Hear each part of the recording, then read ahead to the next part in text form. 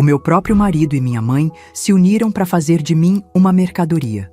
Só não imaginavam que eu, uma simples moça do interior, seria a responsável pela ruína deles. Boa tarde, meus queridos. Aqui é a vovó Andressa, com meus 68 anos bem vividos, falando diretamente da minha varanda em Porto Alegre, Rio Grande do Sul. Hoje, o céu está nublado, mas meu coração tá leve por poder compartilhar com vocês uma história que ficou guardada no fundo da minha alma por mais de 4 décadas. Uma história de traição, dor, mas também de superação. Antes de começar essa jornada difícil, queria pedir um favorzinho do coração. Se inscreve aqui no canal da vovó, dá aquele joinha que não custa nada e deixa nos comentários de qual cantinho do Brasil você está me assistindo. Isso ajuda muito a vovó a continuar contando suas histórias e quem sabe ajudar outras pessoas que estão passando por momentos difíceis como eu passei. Vamos voltar para 1973, quando eu tinha apenas 20 anos. Porto Alegre já era uma cidade grande, mas o bairro Partenon, onde eu morava, ainda tinha um jeitinho de interior. Todo mundo se conhecia, as crianças brincavam na rua e as fofocas corriam mais rápido que água de chuva em ladeira. Naquela época, eu morava com meus pais numa casa simples, mas aconchegante. Meu pai, seu Antônio, era um homem trabalhador, motorista de ônibus, respeitado por todos no bairro. Já minha mãe, Dona Irene, era costureira, fazia roupas sob medida para as madames da cidade. Tínhamos uma vida modesta, mas nunca nos faltou nada, principalmente amor e respeito. Meu pai era meu herói, meu porto seguro. Quando eu era pequena, ele me levava nos ombros pela feira de domingo, me comprava algodão doce escondido da minha mãe, me ensinava a andar de bicicleta.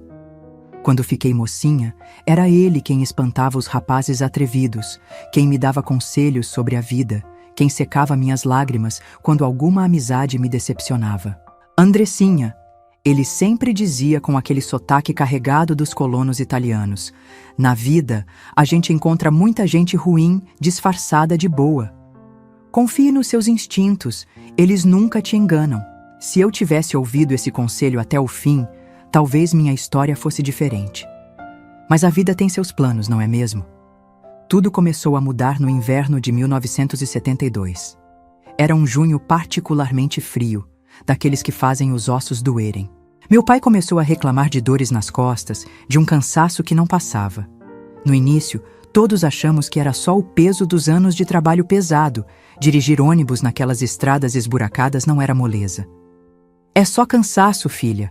Logo passa, ele dizia, tentando não me preocupar. Mas não passou.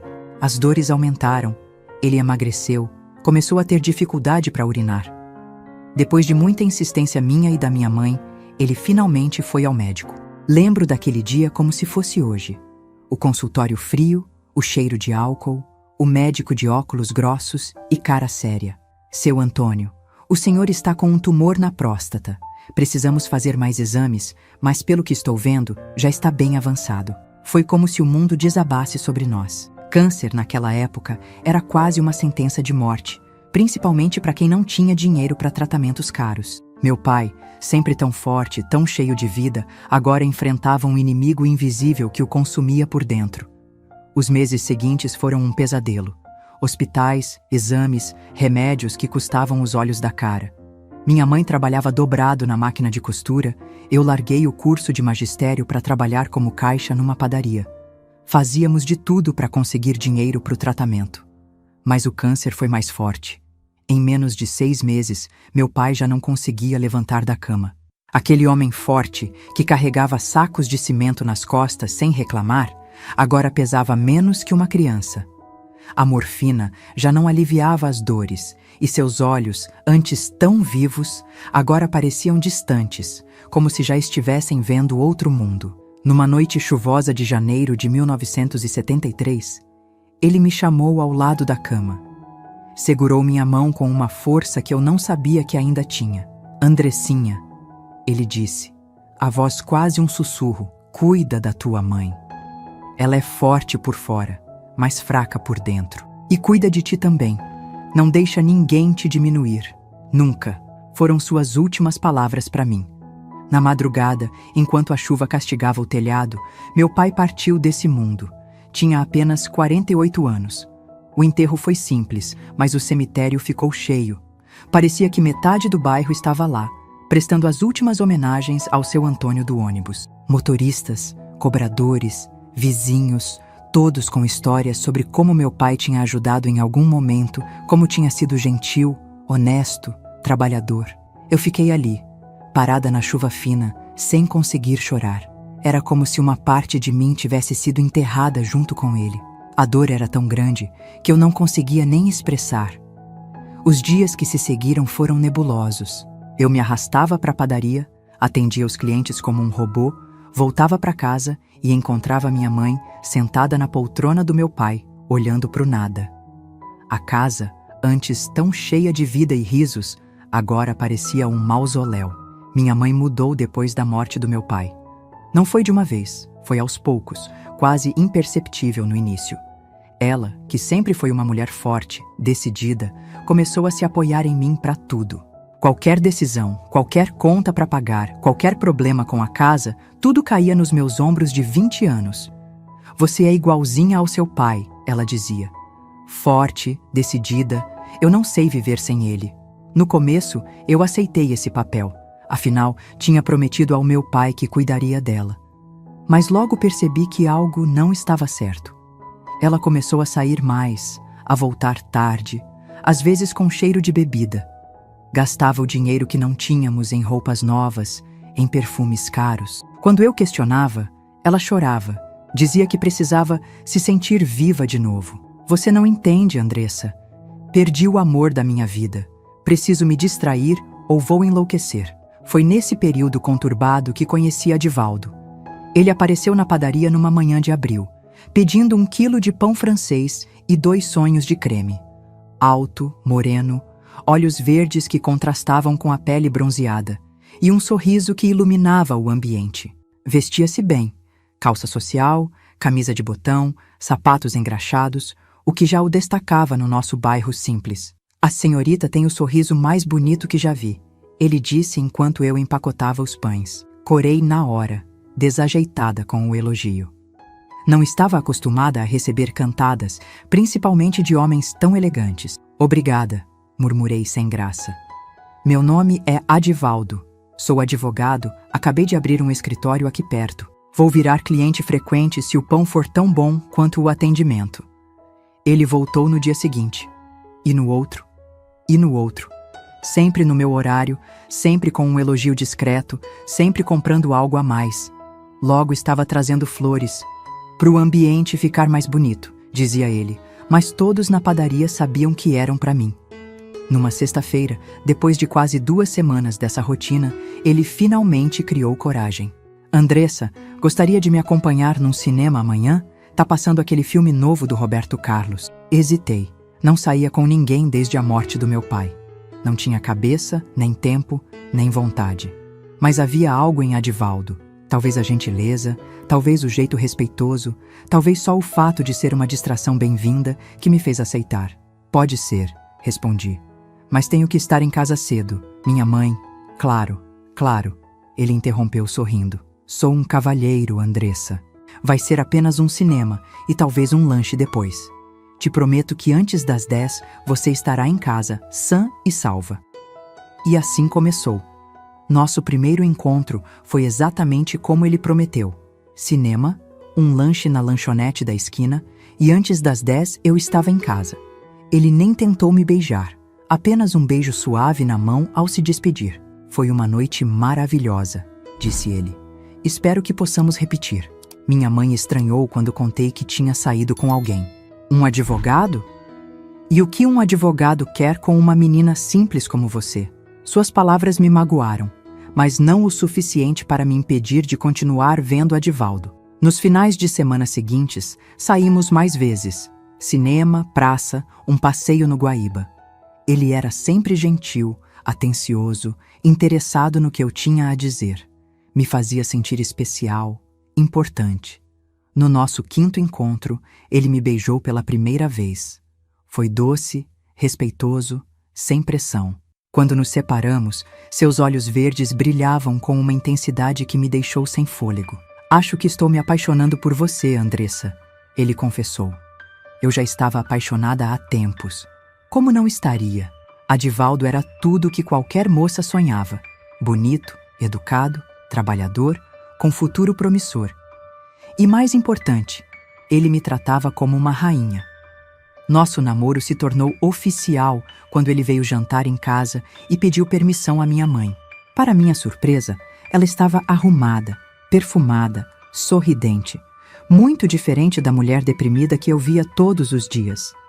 Claro que podem namorar, ela disse, servindo mais uma fatia de carne para Adivaldo. Minha filha merece um homem de bem. A aprovação da minha mãe foi a cereja do bolo. Finalmente algo bom estava acontecendo na minha vida depois de tanto sofrimento. Adivaldo parecia ser a resposta às minhas orações. O raio de sol depois da tempestade. Você é meu anjo, Andressa, ele costumava dizer. Apareceu na minha vida quando eu menos esperava e mais precisava. Nos meses seguintes, nosso romance floresceu. Adivaldo me buscava na padaria, me levava para conhecer lugares que eu nunca tinha ido em Porto Alegre. Me apresentou aos amigos advogados, me levou em restaurantes chiques onde eu me sentia deslocada com meus vestidos simples. Não se preocupe com isso, ele dizia quando eu mencionava meu desconforto. Logo você vai se acostumar com essa vida. Afinal, será a vida que teremos juntos. A primeira vez que fizemos amor foi no dia do meu aniversário de 21 anos. Ele alugou um chalé em Gramado, me encheu de presentes, me fez sentir a mulher mais especial do mundo. Foi gentil, paciente com minha inexperiência, preocupado com meu prazer. Te amo, Andressa. Ele sussurrou enquanto me abraçava depois. Quero passar o resto da minha vida com você. 2 meses depois, veio o pedido de casamento. Não foi nada extravagante. Apenas nós dois, sentados na praça onde costumávamos passear. Ele tirou uma caixinha do bolso, se ajoelhou e fez a pergunta que toda moça sonha em ouvir. Quer se casar comigo? Ser minha esposa, minha companheira, minha melhor amiga? Aceitei na hora, claro. Como não aceitaria? Adivaldo era o príncipe encantado que tinha aparecido na minha vida quando tudo parecia perdido. Era gentil, carinhoso, bem-sucedido. Me amava, me respeitava, queria construir um futuro comigo. Quando contamos à minha mãe sobre o noivado, sua reação me surpreendeu. Em vez da alegria que eu esperava, ela pareceu preocupada? Hesitante? Não acham que estão indo rápido demais? Perguntou ela, os olhos fixos em Adivaldo. Vocês se conhecem há tão pouco tempo. Quando a gente tem certeza, senhora Irene, não precisa esperar, respondeu ele confiante. Eu amo sua filha e quero fazê-la feliz. Minha mãe acabou cedendo, claro. Como poderia se opor a um genro tão perfeito? Começamos a planejar um casamento simples para o final daquele ano. Foi quando Adivaldo fez a proposta que mudaria nossas vidas para sempre. Andressa, estava pensando, por que você e sua mãe não vendem essa casa e vêm morar comigo? Meu apartamento é grande, tem 3 quartos.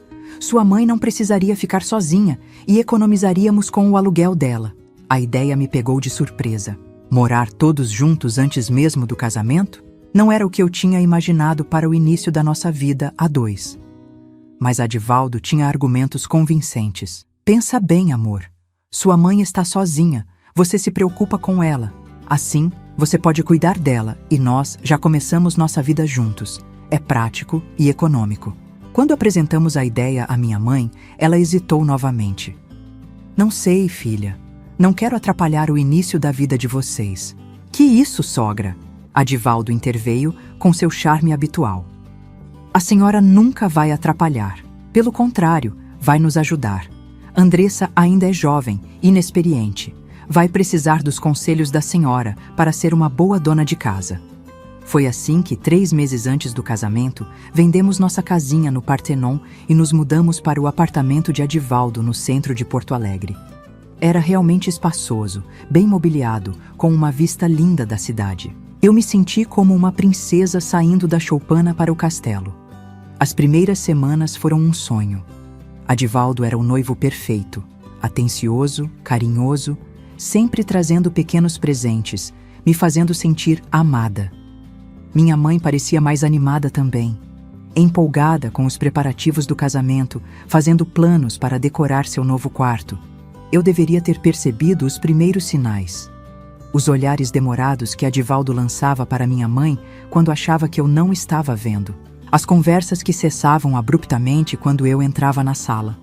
O jeito como minha mãe parecia cada vez mais arrumada, mais perfumada, mesmo sem sair de casa. Mas eu estava cega de amor e gratidão. Cega pela chance de ter uma vida melhor do que jamais sonhei. Cega pela promessa de felicidade que Adivaldo representava. Cega demais para ver que o príncipe encantado estava, aos poucos, revelando sua verdadeira face. E essa face era mais sombria do que meus piores pesadelos poderiam imaginar.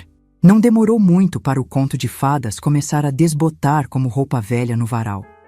Foi coisa de 2 semanas depois da mudança que notei as primeiras mudanças em Adivaldo.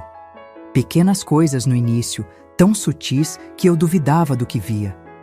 A primeira coisa que estranhei foi ele começar a chegar mais tarde do trabalho.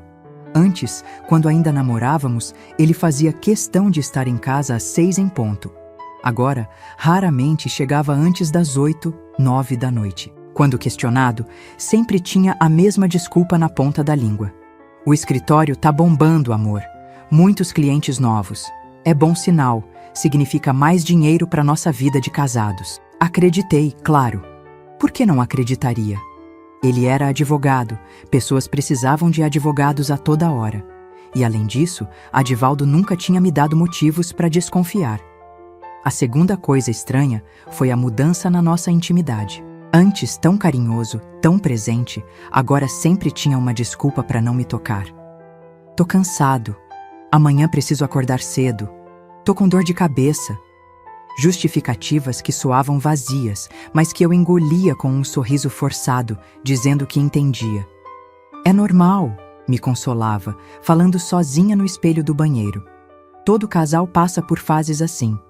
Mas o mais perturbador foi quando ele começou a dormir na sala.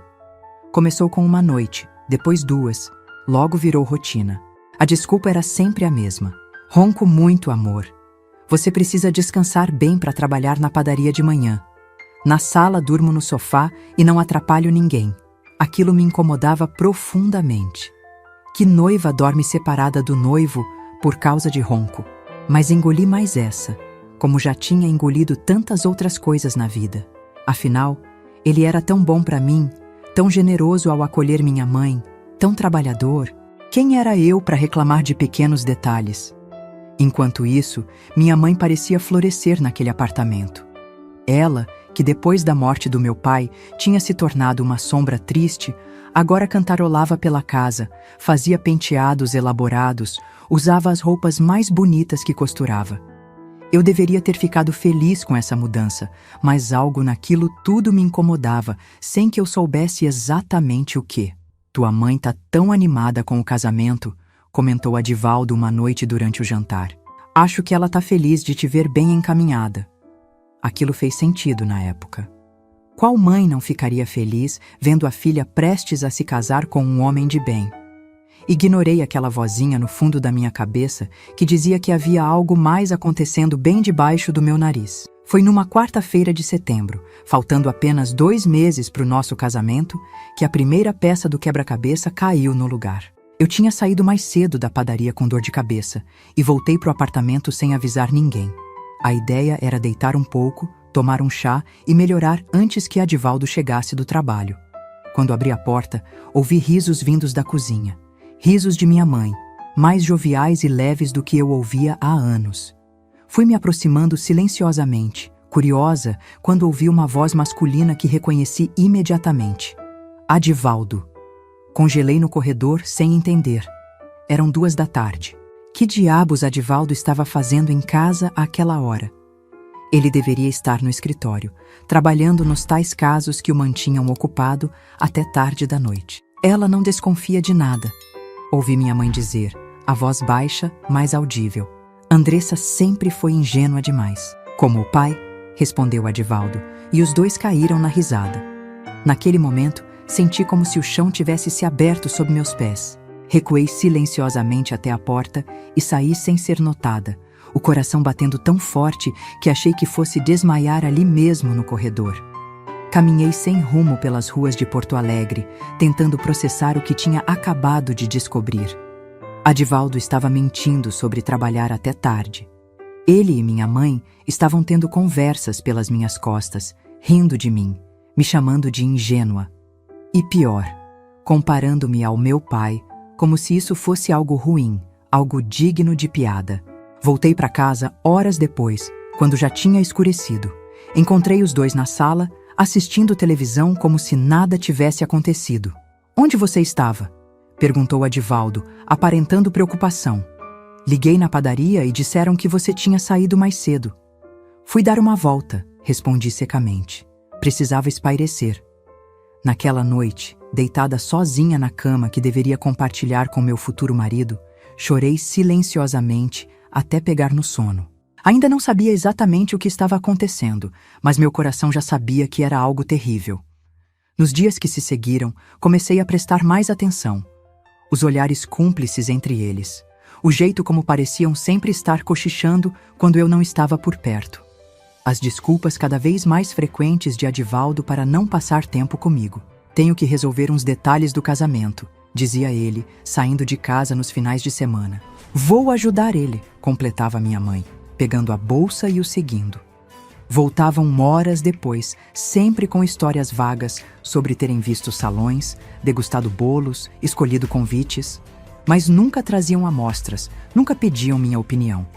Era como se o casamento estivesse acontecendo entre eles, não entre mim e Adivaldo. Uma noite, enquanto lavava a louça do jantar, ouvi um barulho estranho vindo do quarto da minha mãe. Silenciosamente, me aproximei da porta entreaberta e vi algo que jamais conseguirei apagar da memória. Adivaldo, meu noivo, meu futuro marido, nos braços da minha própria mãe. Não gritei, não fiz escândalo. Uma calma estranha tomou conta de mim enquanto voltava para a cozinha e terminava de lavar os pratos, como se nada tivesse acontecido. Era como se uma parte de mim já soubesse, já esperasse por isso, como um diagnóstico terminal que apenas confirma o que o paciente já sentia no corpo. No dia seguinte, arrumei minhas coisas numa mala pequena, pronta para sair daquele apartamento e nunca mais olhar para trás.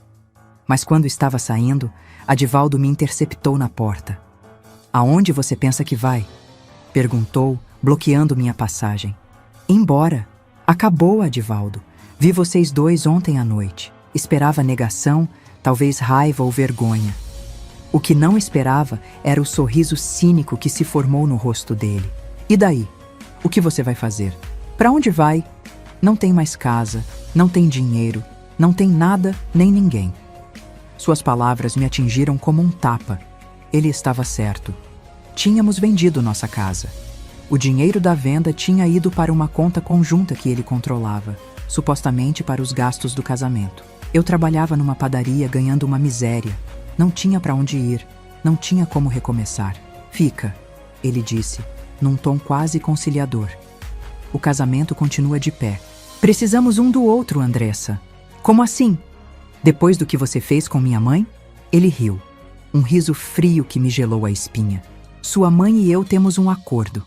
Ela tem as necessidades dela, eu tenho as minhas. Mas preciso de uma esposa apresentável, alguém para levar em eventos, para dar respeitabilidade ao meu nome.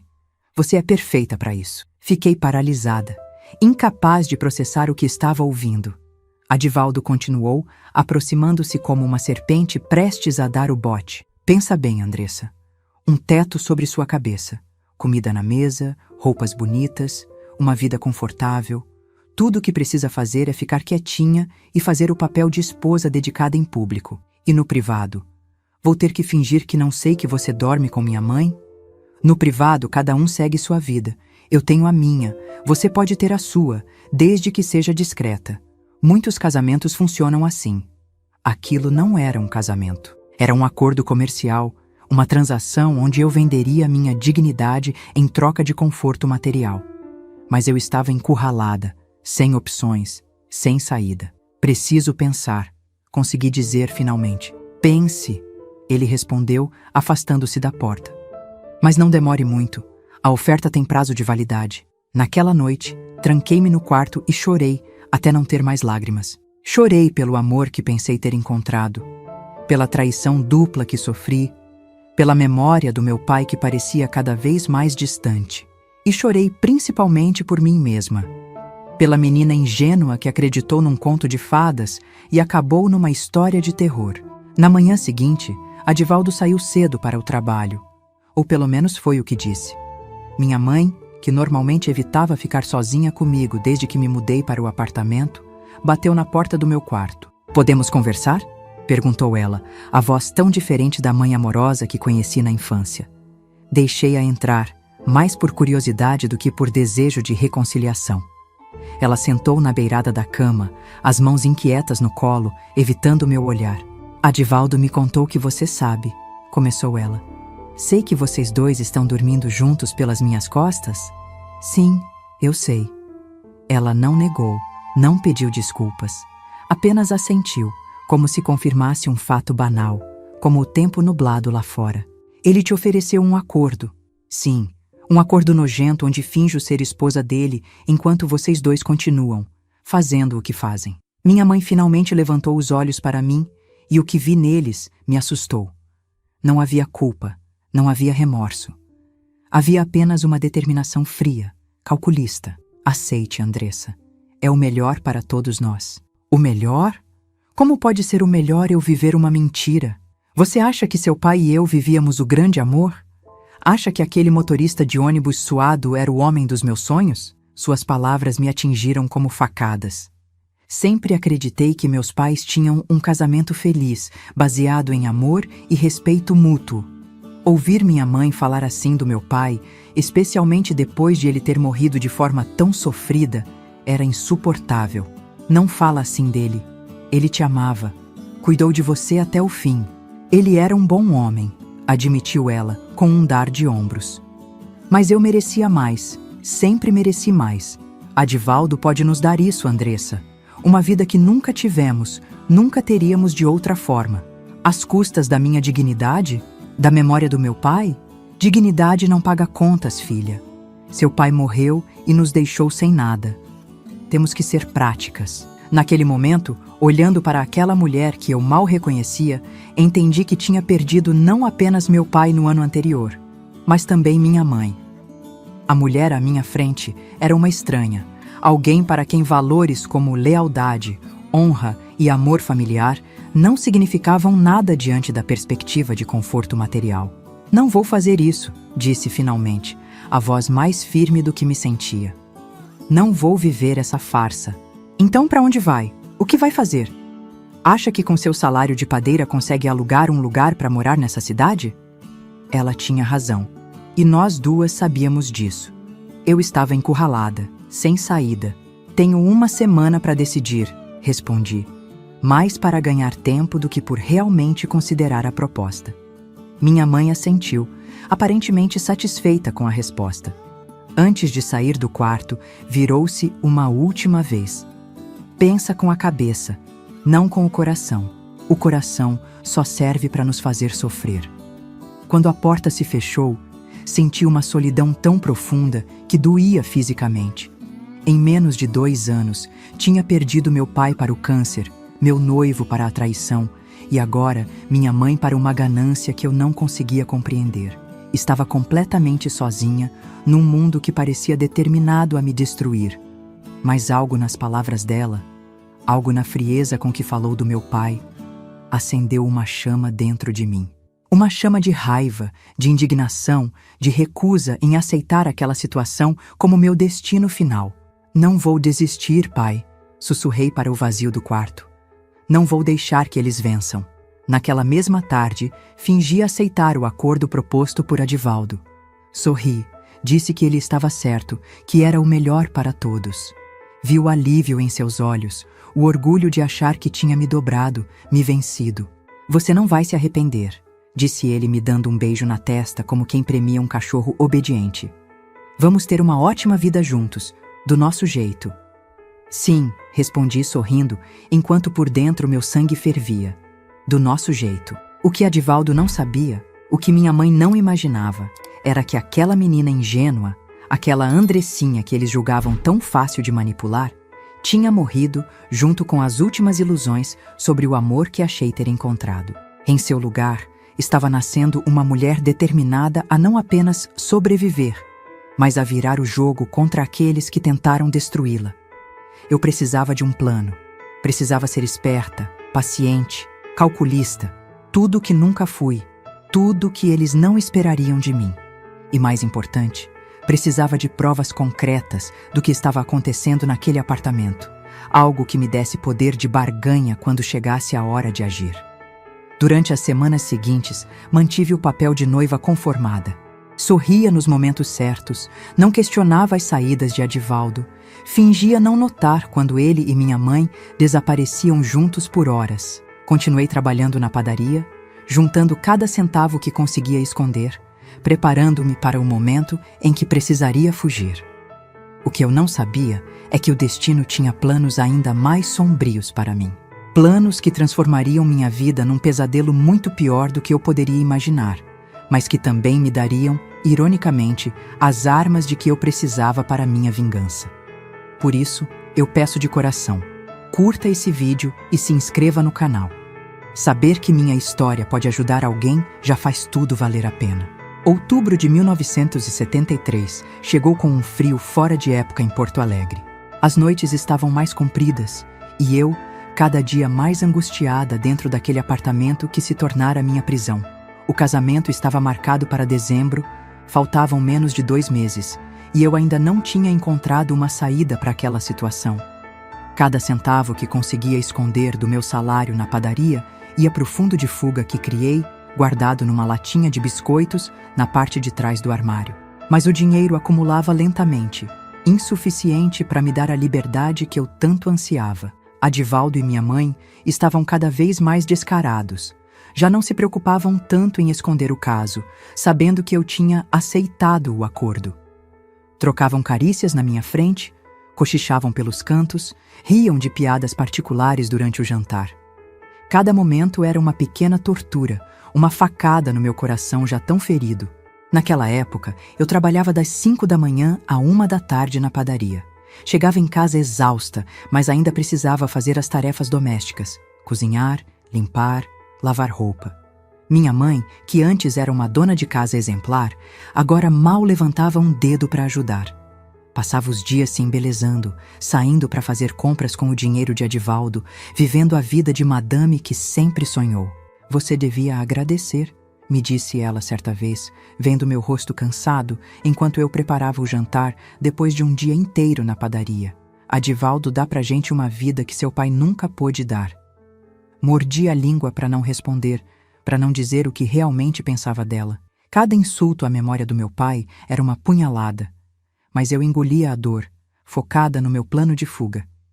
Numa sexta-feira, final de outubro, Adivaldo chegou em casa mais cedo do que o habitual. Estava agitado, os olhos brilhando daquele jeito que eu já conhecia bem. O brilho que aparecia quando ele tinha algum esquema em mente. "Temos que conversar", anunciou ele durante o jantar. "Tenho uma proposta importante para fazer." Minha mãe sorriu como se já soubesse do que se tratava. Eu mantive o rosto neutro, embora um alarme soasse na minha cabeça. "O escritório não está indo tão bem quanto eu esperava", começou ele, surpreendendo-me. Era a primeira vez que admitia qualquer dificuldade. "Preciso de dinheiro para investir, para expandir os negócios, mas os bancos estão com juros altíssimos. E o que podemos fazer?" perguntei, genuinamente curiosa. Ele trocou um olhar com minha mãe antes de continuar. "Tenho um amigo que paga muito bem por certos tipos de filme." "Filme? Que tipo de filme?" Minha mãe interveio, a voz estranhamente animada. "Filmes caseiros, filha. De família." Fiquei confusa por um momento. "Filmes caseiros? Por que alguém pagaria por isso?" "Não entendo." Adivaldo pigarreou, visivelmente desconfortável. "São filmes adultos, Andressa. Filmes que mostram intimidades." O sangue gelou nas minhas veias quando finalmente compreendi o que ele estava propondo. "Você quer fazer um filme pornográfico? Comigo?" Ele riu, um riso nervoso que não chegava aos olhos. "Não exatamente. Meu amigo paga especialmente bem por filmes mais incomuns. Filmes que mostram relações entre mulheres da mesma família." Um silêncio pesado caiu sobre a mesa enquanto as implicações daquelas palavras penetravam na minha mente. Ele queria filmar eu e minha mãe juntas. Era nojento, impensável, criminoso. Você ficou louco, sussurrei, a voz tremendo de raiva e nojo. Isso é doentio. É só um filme, respondeu ele, a voz subitamente dura. E pagam muito bem, o suficiente para resolver todos nossos problemas financeiros. Não vou fazer isso. Nunca! Levantei-me da mesa, pronta para correr para o meu quarto, mas Adivaldo agarrou meu pulso com força surpreendente. Senta! Ordenou, os olhos verdes agora frios como gelo. Não terminamos de conversar. Olhei para minha mãe, esperando que ela me defendesse, que mostrasse algum traço da mulher que me criou com amor e proteção. Em vez disso, ela apenas desviou o olhar, brincando com a comida no prato. Você não tem escolha, Andressa, continuou Adivaldo, ainda segurando meu pulso com força. A casa onde você cresceu foi vendida. O dinheiro está comigo. Você não tem para onde ir, não tem como se sustentar sozinha. Ou faz o que estou pedindo, ou vai para a rua. Prefiro a rua a essa degradação, gritei, tentando me soltar. Ele apertou mais forte, fazendo-me gemer de dor. Não seja dramática, é só um filme, 1 hora no máximo. Ninguém que você conhece vai ver. E depois disso, teremos dinheiro suficiente para viver bem, para realizar todos os nossos sonhos. Que sonhos, Adivaldo! Você disse que me amava, que queria construir uma família comigo. Algo escureceu em seu olhar, uma sombra que me fez recuar instintivamente. Amor é luxo de quem não tem contas para pagar, Andressa. No mundo real, a gente faz o que precisa ser feito para sobreviver. Consegui finalmente me soltar e corri para o meu quarto, trancando a porta. Encostei-me nela, o coração batendo tão forte que parecia querer saltar do peito. Eles tinham enlouquecido completamente. O que Adivaldo estava propondo era criminoso, imoral, repugnante. E minha própria mãe parecia disposta a participar. Fiquei horas ali, sentada no chão, as costas apoiadas na porta, pensando em todas as minhas opções. Podia fugir naquela mesma noite, com o pouco dinheiro que tinha juntado. Mas para onde iria? Como sobreviveria? O inverno estava chegando, as noites ficando mais frias. Sem emprego garantido, sem teto, eu poderia acabar numa situação ainda pior. Pensei em ir à polícia, denunciar Adivaldo pelo que estava propondo. Mas seria minha palavra contra a dele, um advogado respeitado contra uma simples balconista de padaria. E minha mãe, certamente, ficaria do lado dele. Quem acreditaria em mim? Em algum momento da madrugada, exausta de tanto chorar e pensar, adormeci ali mesmo no chão. Acordei com batidas insistentes na porta.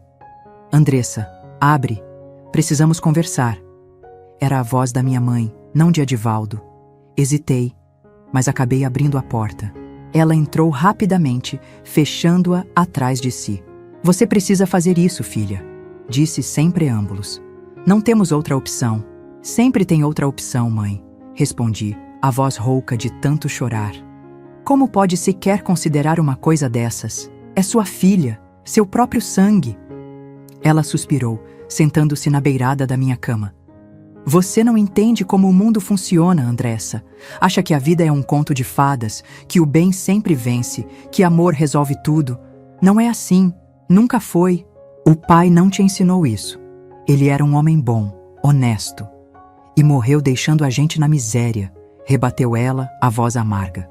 Honestidade não enche barriga, filha. Adivaldo pode nos dar uma vida que nunca sonhamos ter. À custa da minha dignidade? Da sua? O que o pai diria se visse isso? Algo lampejou nos olhos dela. Culpa, talvez? Mas logo desapareceu. Seu pai está morto. Nós estamos vivas e precisamos sobreviver. Ela levantou-se, alisando o vestido novo que certamente Adivaldo havia comprado. Pensa nisso. A alternativa é a rua. Quando ela saiu, caí de joelhos no chão, soluçando. Como tinha chegado a esse ponto? Como minha vida tinha se transformado nesse pesadelo em tão pouco tempo? Há 1 ano, eu era uma filha amada, com uma família unida, sonhando com o futuro. Agora estava presa num apartamento com 2 pessoas que planejavam me usar da pior maneira possível. Pai, sussurrei para o vazio do quarto. Me ajuda, me dá força, me mostra um caminho, mas nenhuma resposta veio. Apenas o silêncio opressivo daquelas paredes que agora me pareciam uma prisão. Naquela noite, durante o jantar, Adivaldo voltou ao assunto como se estivéssemos discutindo algo perfeitamente normal, como a cor das cortinas ou o cardápio da semana. Então, Andressa, pensou na minha proposta? Mantive os olhos fixos no prato, incapaz de olhar para ele. Não vou fazer isso, ele suspirou, como um pai paciente com uma criança teimosa. Sabe quanto estão oferecendo? 50.000 cruzeiros. É uma fortuna. Poderíamos quitar todas as dívidas do escritório, talvez até comprar uma casa maior. 50.000 cruzeiros. Era realmente muito dinheiro, mais do que eu ganharia em anos trabalhando na padaria. Por um instante, entendi por que minha mãe estava tentada. Mas o preço moral era alto demais. Não, repeti, a voz mais firme. Podem me expulsar, me deixar na rua, mas não vou fazer isso. O rosto de Adivaldo endureceu, a máscara de gentileza caindo completamente. É uma pena que pense assim. Realmente uma pena. O tom dele me deixou alarmada. Havia uma ameaça implícita ali, algo que não consegui decifrar no momento, mas que fez todos os pelos do meu corpo se arrepiarem. Depois do jantar, tranquei-me novamente no quarto, determinada a não sair até a manhã seguinte, quando iria trabalhar. Começava às 5, sairia de casa às 4:30, quando ambos ainda estariam dormindo. No caminho para a padaria, pensaria num plano melhor, talvez pedir ajuda à minha patroa, Dona Clarice, que sempre foi gentil comigo. Em algum momento, adormeci, o cansaço emocional finalmente vencendo minha angústia. Acordei sobressaltada com um barulho. O quarto estava escuro, apenas a luz fraca do abajur iluminando os contornos dos móveis. Sentei-me na cama, desorientada, sem saber o que tinha me acordado. Foi quando notei uma sombra se movendo perto da porta. Meu coração disparou. "Quem está aí?" perguntei, a voz trêmula. "Sou eu, filha." Era minha mãe. Mas sua voz estava estranha, arrastada.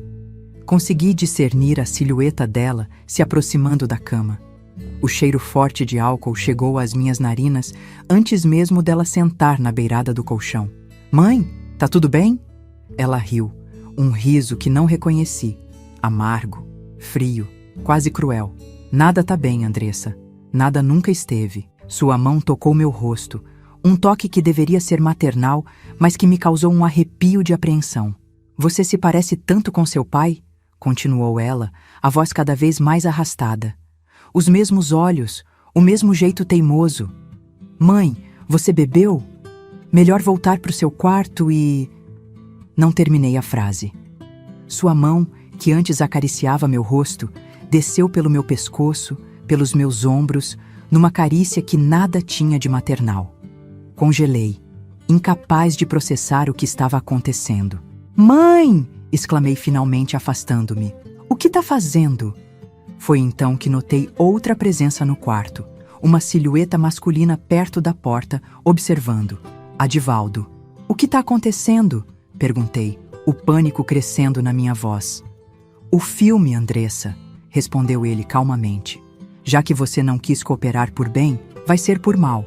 Só então notei o que ele segurava nas mãos. Uma câmera. Uma daquelas câmeras de filme caseiro, pesada e antiga. Um pequeno ponto vermelho indicava que já estava gravando. "Não!" gritei, tentando sair da cama, mas minha mãe me segurou com uma força surpreendente. "Fica quieta", sussurrou ela, o hálito carregado de álcool me fazendo virar o rosto. "Vai ser mais fácil se você não resistir." O que se seguiu foi o pior pesadelo que alguém poderia imaginar. Minha própria mãe, a mulher que deveria me proteger contra tudo e todos, tentando me forçar a participar daquela abominação enquanto Adivaldo filmava, dando instruções como um diretor macabro. Lutei com todas as minhas forças. Gritei até minha garganta arder, mas o apartamento era grande, as paredes grossas, os vizinhos distantes. Ninguém viria me socorrer. Em algum momento, minha mãe perdeu a paciência com minha resistência. O primeiro tapa veio como um choque, não pela dor, mas pela realização de que aquela mulher, minha própria mãe, era capaz de me agredir fisicamente. "Para com isso!" gritei, as lágrimas escorrendo pelo meu rosto. "Você é minha mãe!" "E você é uma ingrata", respondeu ela, os olhos vidrados pelo álcool e por algo mais que não consegui identificar. Depois de tudo que fiz por você, o segundo tapa foi mais forte, me deixando atordoada. Aproveitando meu momento de fraqueza, ela arrancou minha camisola com violência, expondo-me para a câmera que Adivaldo segurava. Ótimo, ouvi a voz dele, distante como num sonho ruim. Continua assim. O que se seguiu foi uma sessão de tortura física e psicológica. Minha mãe, completamente fora de si, me batia com um cinto que tinha trazido. Cada golpe deixava marcas vermelhas na minha pele, mas a dor física era quase um alívio comparada à agonia emocional de ser abusada pela própria mãe. Adivaldo filmava tudo, ocasionalmente dando instruções, rindo quando eu gritava de dor, claramente excitado com meu sofrimento. Em algum momento, deixei de lutar. Meu corpo estava exausto, minha mente começando a se desligar como mecanismo de defesa. Quando finalmente acabou, eu estava jogada na cama como uma boneca de pano. Marcas vermelhas cobrindo meu corpo, sangue escorrendo de um corte no lábio onde o cinto tinha me acertado. Minha mãe, aparentemente satisfeita com sua performance, saiu cambaleando do quarto, deixando-me sozinha com Adivaldo. Ele se aproximou da cama, a câmera ainda ligada, capturando minha humilhação final. Viu só? Disse ele, a voz baixa, quase gentil. Não precisava ter sido assim. Se tivesse cooperado, teria sido mais fácil. Não respondi. Não tinha forças nem vontade. Queria apenas que ele saísse, que me deixasse sozinha com minha dor e vergonha. Esse filme vai nos render muito dinheiro, continuou ele, aparentemente interpretando meu silêncio como aceitação. Meu amigo disse que há um mercado específico para esse tipo de conteúdo. Incesto, violência. Tem gente que paga fortunas. A palavra incesto penetrou a névoa de dor que envolvia minha mente.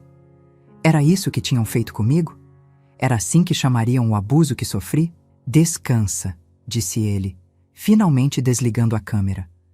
Amanhã você não precisa ir trabalhar. Diz que tá doente. Quando a porta se fechou atrás dele, fiquei imóvel na cama, olhando para o teto, as lágrimas secando no meu rosto.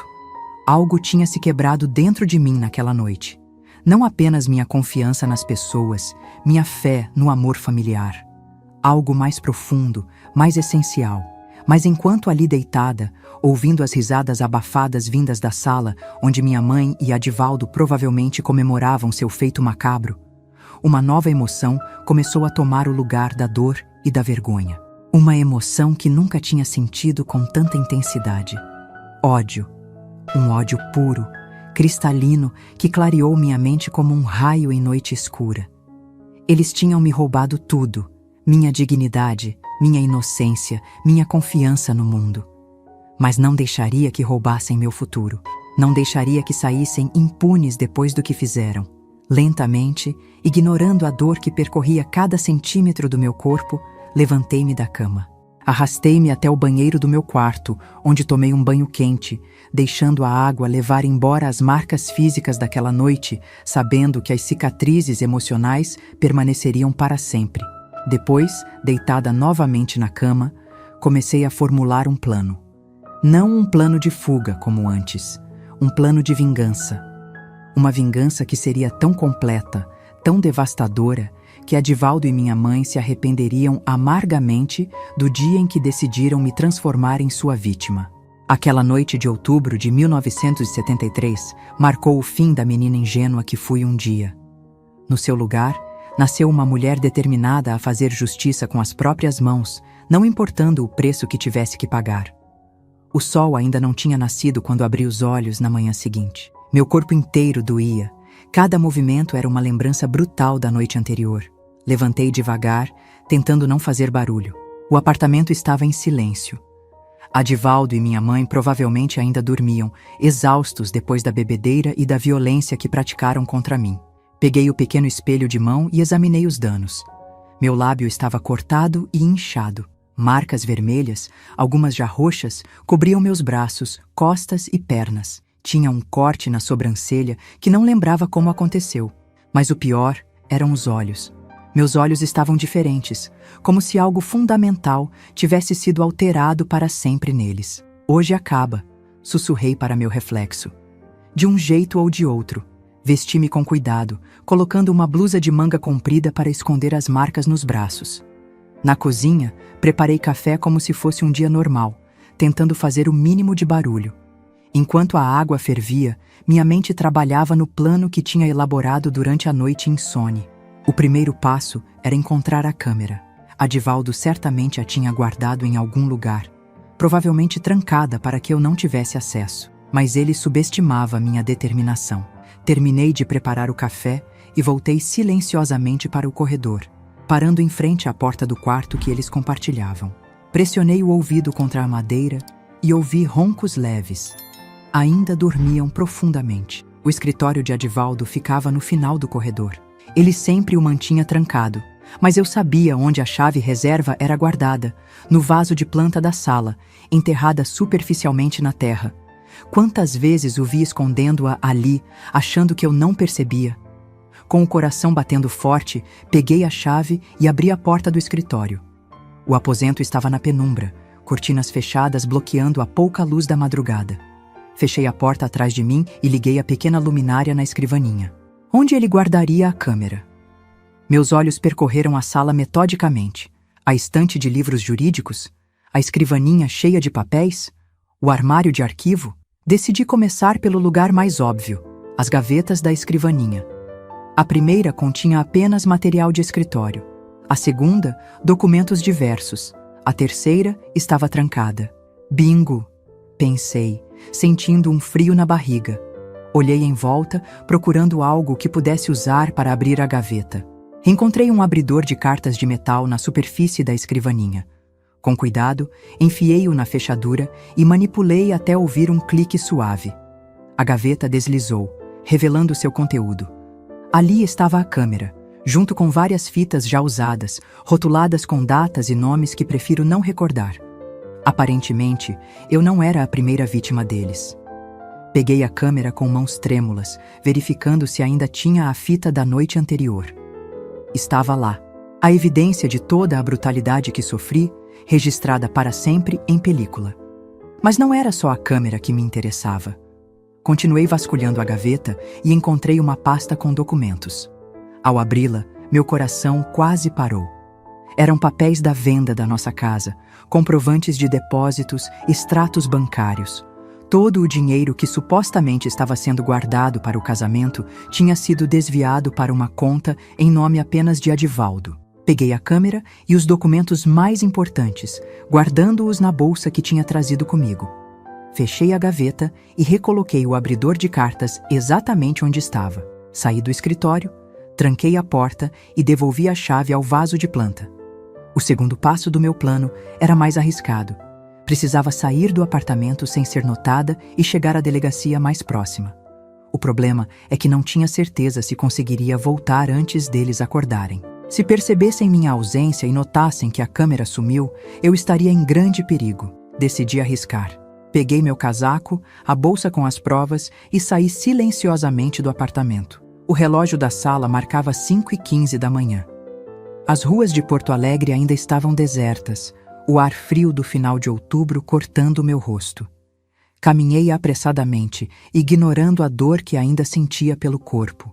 A delegacia mais próxima ficava a cerca de 15 quarteirões. Poderia pegar um ônibus, mas àquela hora eram raros e eu não podia perder tempo esperando. Enquanto caminhava, ensaiava mentalmente o que diria. Como explicaria o inimaginável? Como colocaria em palavras o horror que vivi? E se não acreditassem em mim? Se pensassem que era invenção minha, uma forma de vingança contra minha mãe e meu noivo? Quando finalmente cheguei à delegacia, estava ofegante e suada, apesar do frio. O policial de plantão, um homem de meia idade com olheiras profundas, me olhou com desconfiança. "Posso ajudar, senhora?" Respirei fundo, reunindo toda a minha coragem. "Preciso denunciar um crime, um abuso, contra mim." Ele me indicou uma cadeira e chamou outro policial, mais jovem. Contei minha história da forma mais clara e direta que pude, sem omitir detalhes, por mais dolorosos que fossem. Seus rostos passaram da desconfiança inicial para o choque, depois para a raiva contida. "E a senhora tem provas disso?" perguntou o mais velho quando terminei meu relato. Abri minha bolsa e tirei a câmera. Está tudo aqui. Eles filmaram tudo. O policial mais jovem pegou a câmera com cuidado, como se fosse algo que poderia contaminá-lo. Vamos precisar ver isso. Eu sei, respondi, a voz embargada. Mas não quero estar presente quando assistirem. Eles concordaram e me levaram para uma sala separada, onde uma policial feminina foi chamada para registrar formalmente minha denúncia e fotografar minhas lesões. Enquanto isso, os 2 policiais foram assistir à fita na sala ao lado. 20 minutos depois, o policial mais velho voltou, o rosto pálido, os olhos duros como pedras. Senhora, disse ele, a voz controlada, vamos prender essas pessoas imediatamente. A senhora gostaria de nos acompanhar ou prefere ficar aqui na delegacia? Uma parte de mim queria ver a cara deles quando a polícia chegasse. Queria testemunhar o momento em que perceberiam que seu jogo tinha acabado. Mas outra parte, mais sensata, sabia que seria traumático demais. Prefiro ficar aqui, respondi. Entendo. Vamos mandar uma viatura agora mesmo. Tem mais alguém no apartamento além dos 2? Não, só eles. Ótimo. Fique tranquila, senhora. Eles não vão mais machucar ninguém. Sentei-me numa cadeira dura na delegacia, tomando o café fraco que a policial me ofereceu, esperando notícias. O tempo parecia se arrastar. Cada minuto durava uma eternidade. Imaginava 1000 cenários. Eles fugindo antes da polícia chegar, resistindo à prisão, negando tudo. Depois do que pareceu uma eternidade, ouvi o barulho de carros estacionando bruscamente lá fora. Vozes alteradas, portas batendo. Levantei-me instintivamente, movendo-me até a janela. Vi quando tiraram minha mãe e Adivaldo da viatura policial. Ambos algemados, ela chorando descontroladamente, ele com o rosto impassível, como se nada daquilo fosse real. Não senti o que esperava sentir. Nem alegria, nem alívio, nem satisfação.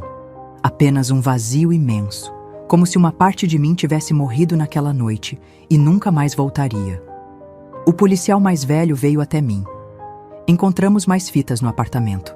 Muitas fitas. Parece que eles faziam isso há algum tempo, com outras vítimas. Seu noivo confessou que vendia esse material. Sua mãe está alegando que foi coagida, que estava sob influência de álcool e drogas. Não me surpreendi. Era típico dela fugir da responsabilidade pelos próprios atos. O que acontece agora? Perguntei, subitamente exausta. Eles vão ficar presos. O caso é grave, não tem fiança. A senhora tem para onde ir? Algum parente, amigo? Balancei a cabeça negativamente. Não tinha ninguém. Toda a minha família estava ali. Uma presa por ter me agredido, o outro por ter filmado e incentivado. Há abrigos para mulheres vítimas de violência, sugeriu ele, com gentileza incomum para um homem daquela época. Posso acionar a assistência social. Não será necessário, respondi, uma ideia formando-se na minha mente. Tem uma pessoa que talvez possa me ajudar. Saí da delegacia sentindo-me estranhamente leve, como se um peso enorme tivesse sido tirado dos meus ombros. O sol já estava alto no céu, pessoas circulavam pelas ruas, alheias ao drama que eu tinha vivido nas últimas horas. Peguei um ônibus até a padaria onde trabalhava. Dona Clarice, minha patroa, arregalou os olhos quando me viu entrar. O lábio cortado, o olho roxo, o jeito como eu me movia com dificuldade. Meu Deus, menina, o que aconteceu contigo? Entre lágrimas e soluços, contei tudo. Não omiti nada, não suavizei os detalhes mais sórdidos. Ela ouviu em silêncio, o horror crescendo em seu rosto bondoso. Quando terminei, ela me abraçou com força, ignorando os clientes que esperavam para ser atendidos. Fica aqui, Andressa. Tenho um quartinho nos fundos onde tu pode ficar até se ajeitar. Ninguém vai te machucar de novo, eu prometo. Aquela bondade inesperada, vinda de alguém que não era sequer parente, me fez chorar novamente.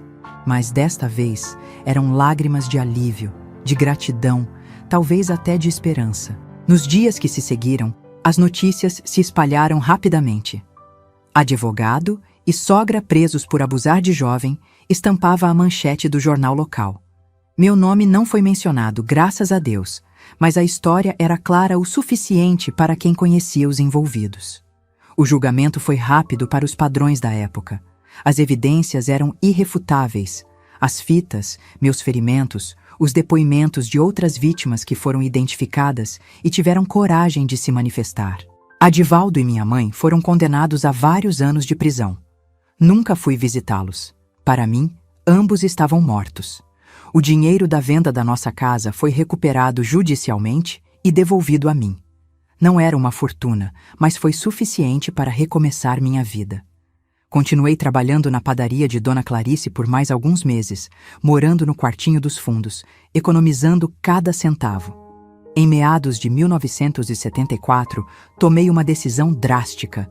Precisava sair de Porto Alegre. Havia muitas memórias ali, muitas pessoas que sabiam da minha história, muitos olhares de pena que me seguiam pelas ruas.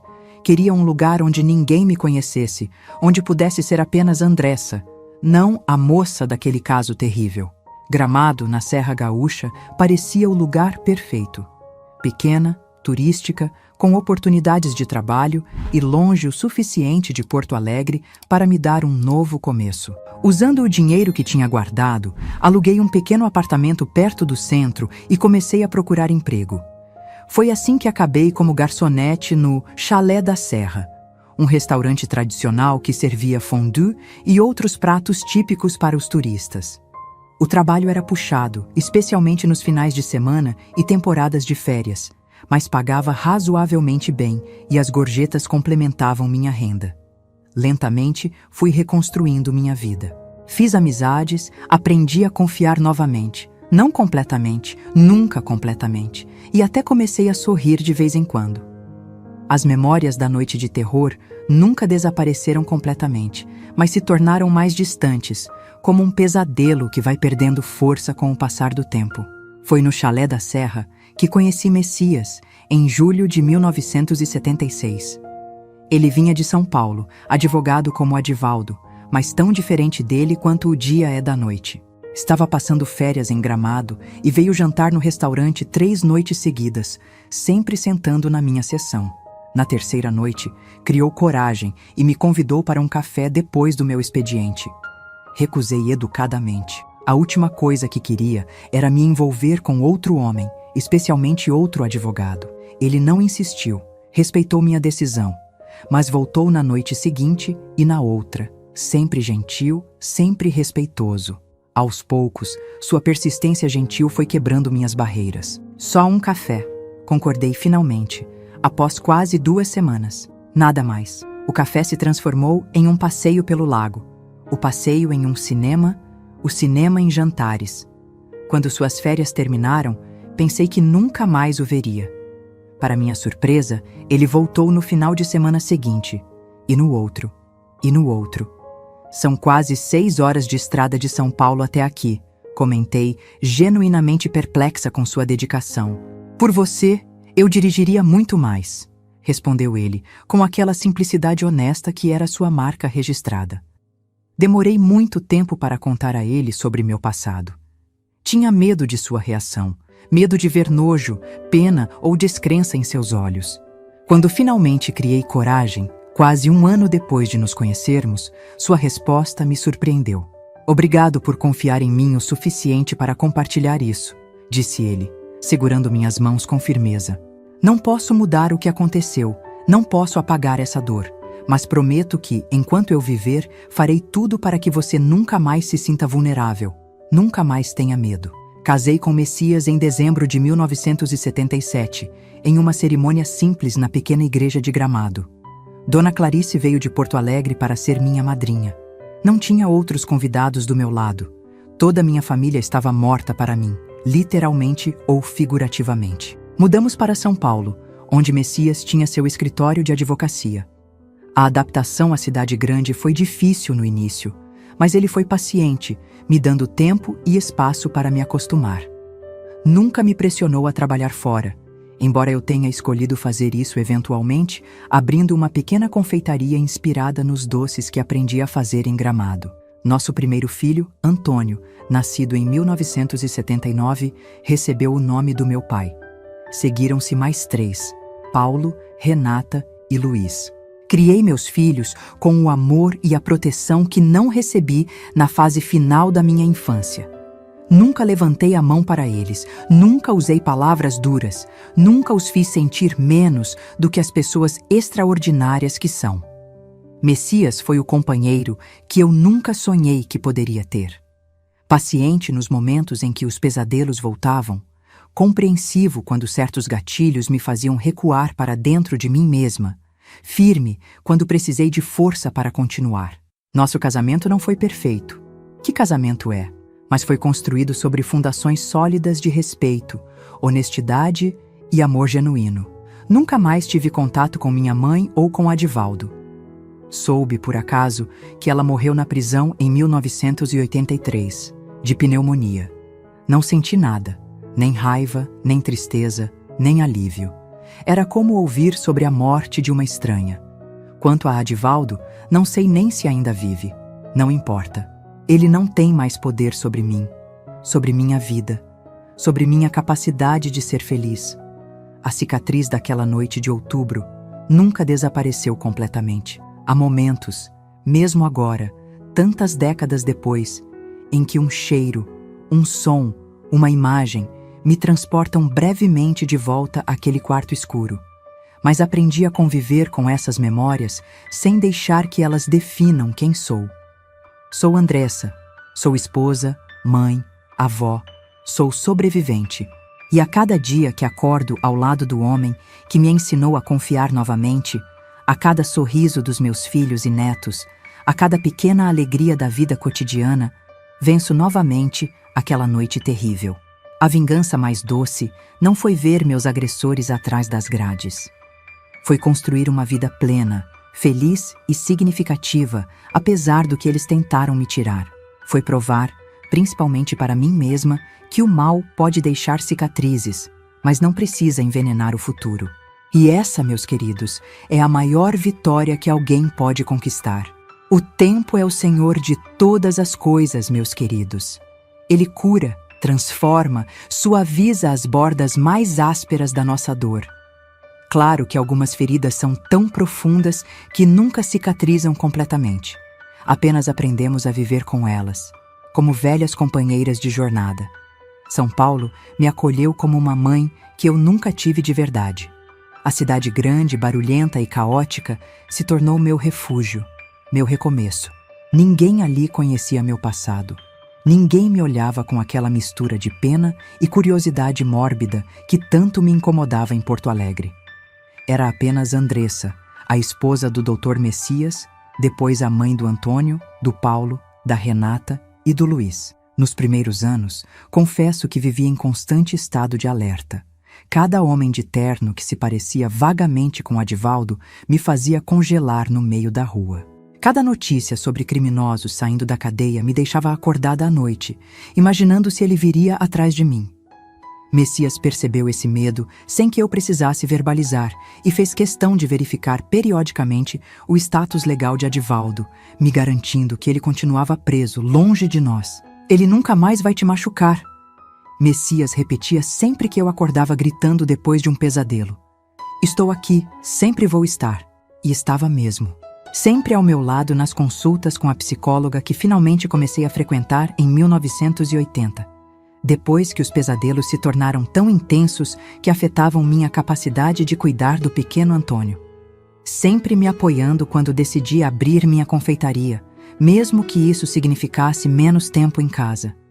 Sempre respeitando meus limites na intimidade, entendendo que havia dias em que simplesmente não conseguia suportar ser tocada, mesmo por ele. A terapia foi um divisor de águas na minha vida. A doutora Helena, uma senhora de meia idade com olhos gentis e voz firme, me ajudou a processar o trauma de uma forma que eu nunca imaginei ser possível. O que aconteceu com você foi terrível, Andressa, ela me disse na primeira sessão. Mas não é quem você é algo que aconteceu com você, não algo que define você. Levei anos para realmente internalizar essas palavras, para separar a Andressa do evento traumático. Para entender que eu não era a moça que foi abusada pela mãe e pelo noivo, mas sim Andressa, mulher, esposa, mãe, confeiteira, pessoa completa com sonhos, desejos, talentos e falhas como qualquer outra. A confeitaria Doce Recomeço abriu suas portas em 1983, num pequeno espaço alugado no bairro do Brooklyn. Comecei modesta, apenas eu e uma ajudante, fazendo bolos e doces finos para festas. A princípio, meus clientes eram principalmente amigos de Messias e suas esposas, que encomendavam por gentileza ou curiosidade. Mas logo, a qualidade do meu trabalho começou a falar por si mesma, e o negócio cresceu organicamente. Trabalhar com doces tinha algo de terapêutico para mim. A precisão das receitas, a concentração necessária, a transformação de ingredientes simples em criações bonitas e deliciosas, tudo isso me ancorava no presente, me impedia de me perder nas memórias do passado. E claro, havia a alegria genuína nos rostos das pessoas ao provarem meus doces, especialmente as crianças. Não existe tristeza que resista a um bom brigadeiro, eu costumava dizer, e acreditava nisso de verdade. Em 1985, quando Luiz, meu caçula, nasceu, a confeitaria já tinha se expandido para um espaço maior e contava com 5 funcionárias. Equilibrar a maternidade de 4 crianças com um negócio em crescimento não foi fácil, mas Messias sempre foi um pai presente, algo raro para aquela época. Somos parceiros, ele dizia. Sua luta é minha luta, sua alegria é minha alegria. Foi nesse mesmo ano que recebi uma carta que mudaria mais uma vez o curso da minha vida. O envelope tinha o timbre do sistema penitenciário e meu primeiro instinto foi jogá-lo fora sem abrir. Mas algo me fez hesitar e acabei lendo seu conteúdo. Era uma notificação oficial. Adivaldo havia morrido na prisão, vítima de um ataque cardíaco. Não senti alegria, nem vingança satisfeita, nem mesmo alívio imediato. O que senti foi mais como o fechamento de um capítulo, a conclusão de uma história que já não tinha poder sobre mim. Mostrei a carta a Messias e a doutora Helena na minha próxima sessão de terapia. "O que você quer fazer com essa informação?" perguntou a doutora Helena, sempre direta. "Nada", respondi após pensar por um momento. Ele já não tem lugar na minha vida há muito tempo. E era verdade. Em algum momento entre criar meus filhos, desenvolver meu negócio e construir uma vida plena com Messias, Adivaldo tinha se tornado apenas um fantasma distante, sem substância, sem poder. A década de 1990 chegou trazendo mudanças para nossa família. Antônio, meu primogênito, entrou na faculdade de Direito, seguindo os passos do pai. Paulo escolheu engenharia, Renata medicina e Luiz, sempre o artista da família, optou por arquitetura. Vê-los crescendo fortes, seguros, buscando seus próprios caminhos, era minha maior alegria e também minha maior vitória sobre o passado. "Você criou filhos maravilhosos", comentou minha sogra, Dona Conceição, durante a festa de formatura de Antônio em 1997. "Nós criamos", corrigi, olhando com carinho para Messias. "Cada conquista deles tem um pouco de nós dois." A confeitaria, que começou tão pequena, se transformou em uma rede com 3 unidades espalhadas por São Paulo. Nunca quis expandir demais, preferindo manter o controle de qualidade e o toque pessoal que sempre foram nossa marca registrada. Ainda testava pessoalmente cada nova receita. Ainda fazia questão de conhecer cada funcionário pelo nome. Ainda me emocionava quando clientes voltavam para dizer que nossos doces tinham tornado seus momentos especiais ainda mais memoráveis. Em 2000, aos 48 anos, me tornei avó pela primeira vez. Maria, filha de Antônio e sua esposa Carla, nasceu numa manhã ensolarada de abril. Segurar aquele pacotinho de 5 quilos nos braços, sentir seu cheirinho de bebê, ver nos seus olhinhos curiosos o futuro se desdobrando, foi uma emoção indescritível. "Vovó", sussurrei, testando o título em voz alta pela primeira vez. "Vovó Andressa." Como soava diferente da Vovó Irene, que minha mãe nunca chegou a ser. Como carregava outro peso, outro significado, outra promessa. Prometi a mim mesma, naquele momento, que seria para Maria e para todos os netos que viessem depois. O oposto do que minha mãe foi para mim. Seria porto seguro, não ameaça. Seria amor incondicional, não manipulação. Seria proteção, não perigo. Nos anos seguintes, nossa família continuou crescendo. Mais netos chegaram, João, Beatriz, Lucas, Sofia, Pedro e Gustavo, cada um trazendo sua própria luz, seu próprio sabor para a nossa vida. Messias e eu nos deliciávamos em mimá-los, em vê-los crescer, em participar de suas vidas de uma forma que nossos trabalhos nem sempre permitiram com nossos próprios filhos. Em 2010, com 58 anos, decidi me afastar gradualmente da administração diária da confeitaria. Renata, que havia surpreendido a todos abandonando a medicina no 3º ano para estudar gastronomia, assumiu as rédeas do negócio com competência e paixão. Aprendi com a melhor, dizia ela, me enchendo de orgulho.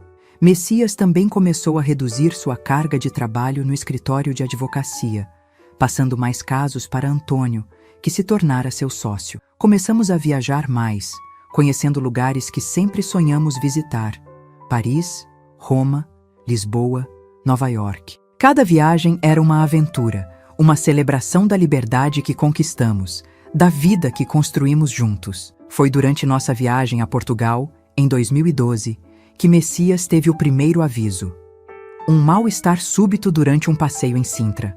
Um aperto no peito que ele tentou disfarçar, mas que me alarmou imediatamente. Voltamos às pressas para o Brasil, direto para uma bateria de exames. O diagnóstico veio como um soco no estômago. Doença arterial coronariana avançada. Precisaria de uma cirurgia de ponte de safena o quanto antes. Não se preocupe. Ele tentou me acalmar, vendo o terror nos meus olhos. Já enfrentamos coisas piores juntos. A cirurgia foi um sucesso, graças a Deus. Mas a recuperação foi longa e difícil. Pela primeira vez em nosso casamento, os papéis se inverteram completamente. Agora era eu quem precisava ser a rocha, o porto seguro, a força inabalável. Cuidei dele com todo o amor e dedicação que ele sempre me deu. Aprendi sobre medicamentos, dietas especiais, exercícios recomendados. Transformei nossa casa para facilitar sua recuperação. Estava ao seu lado em cada consulta, cada exame, cada pequena vitória no caminho da reabilitação. Você é meu anjo da guarda, ele dizia, segurando minha mão durante as sessões de fisioterapia. Estou apenas retribuindo, respondia eu, sabendo que nunca poderia retribuir completamente tudo o que ele fez por mim. Messias se recuperou, mas nunca voltou a ser o mesmo. Ficou mais frágil, mais contemplativo, mais consciente da finitude da vida. Decidimos que era hora de aproveitar cada momento que tínhamos juntos ao máximo. Vendemos nossa grande casa no Morumbi, onde criamos nossos filhos, e compramos um apartamento menor, mais fácil de manter. Passamos a dividir nosso tempo entre São Paulo e uma pequena chácara em Atibaia, onde plantávamos nossos próprios legumes e frutas, recebíamos os netos nos finais de semana e assistíamos a pôres do sol de tirar o fôlego. Em 2017, celebramos bodas de Rubi, 40 anos de casamento. A festa, organizada por nossos filhos, reuniu família, amigos, ex-funcionários, pessoas que cruzaram nosso caminho ao longo das décadas. Foi uma celebração não apenas do nosso amor, mas da vida que construímos juntos, dos obstáculos que superamos, da família que criamos. Se pudesse voltar no tempo, Messias me disse durante nossa dança: casaria com você 1000 vezes de novo. Olhando para ele, para as rugas que emolduravam seus olhos gentis, para o cabelo agora completamente branco, para o sorriso que ainda fazia meu coração acelerar, soube que diria o mesmo. Apesar de tudo, apesar do começo traumático da minha vida adulta, acabei tendo mais sorte no amor do que jamais imaginei merecer. Foi em 2020, no início da pandemia, que perdi Messias. Não para o vírus que assombrava o mundo, mas para um segundo ataque cardíaco, fulminante desta vez. Estávamos na chácara, plantando morangos que ele nunca veria crescer, quando simplesmente caiu ao meu lado, sem aviso, sem chance de despedida. A dor da perda foi avassaladora, diferente de qualquer outra que já tinha experimentado. Não era a dor aguda da traição, nem o horror do abuso, nem o vazio da rejeição. Era uma dor de amputação, como se metade de mim tivesse sido arrancada de repente, deixando um espaço que nada jamais preencheria. O isolamento da pandemia tornou o luto ainda mais difícil. Não pude ter o velório que Messias merecia. Não pude ser abraçada por todos que o amavam. não pude sentir o conforto da presença física da minha família extensa. Apenas um funeral pequeno, apressado, com máscaras escondendo as lágrimas, distanciamento social impedindo o conforto do toque. Mas mesmo na dor mais profunda, mesmo na ausência mais aguda, encontrei força na vida que construímos juntos. Nos filhos que criamos, nos netos que adorávamos, no legado de amor e respeito que Messias deixou. Hoje, aos 68 anos, olho para trás e vejo uma vida que, apesar do começo traumático, foi rica em amor, em propósito, em significado. A menina assustada de Porto Alegre se transformou numa mulher forte, numa esposa amada, numa mãe e avó dedicada, numa empresária bem-sucedida. A dor do passado nunca desapareceu completamente. Algumas feridas são profundas demais para cicatrizar totalmente. Mas aprendi a carregar essa dor sem deixar que ela me defina, sem permitir que escureça as muitas alegrias que a vida me proporcionou. Se há uma lição que gostaria de deixar para vocês, meus queridos que me assistem, é esta. Não importa quão escura a noite pareça, o sol sempre volta a nascer. Não importa quão profunda a ferida, a cura é possível. Não importa quão devastadora a traição, o amor verdadeiro ainda existe no mundo. Cada um de vocês tem sua própria história, suas próprias dores, seus próprios desafios. Talvez alguns estejam passando por momentos tão difíceis quanto os que enfrentei. Talvez sintam que não há saída, que a escuridão é permanente. Mas acreditem nesta vovó que já viu de tudo nessa vida. Há sempre um caminho adiante, sempre uma possibilidade de recomeço, sempre uma chance de construir algo belo a partir das ruínas. Antes de terminar esse vídeo, queria pedir um favorzinho do coração. Se minha história tocou você de alguma forma, se trouxe algum conforto, alguma esperança, clique no joinha e se inscreva no canal. Isso ajuda muito a levar essa mensagem para mais pessoas que talvez precisem ouvir que não estão sozinhas em suas lutas. E não esqueça de entrar no nosso grupo de WhatsApp. O link está na descrição do vídeo. Lá compartilhamos todos os dias histórias reais de outras vovós que, como eu, enfrentaram tempestades na vida e ainda assim encontraram força para seguir em frente. É uma comunidade linda, de apoio mútuo, onde ninguém julga ninguém, onde todas as dores são acolhidas, onde celebramos juntas nossas pequenas e grandes vitórias.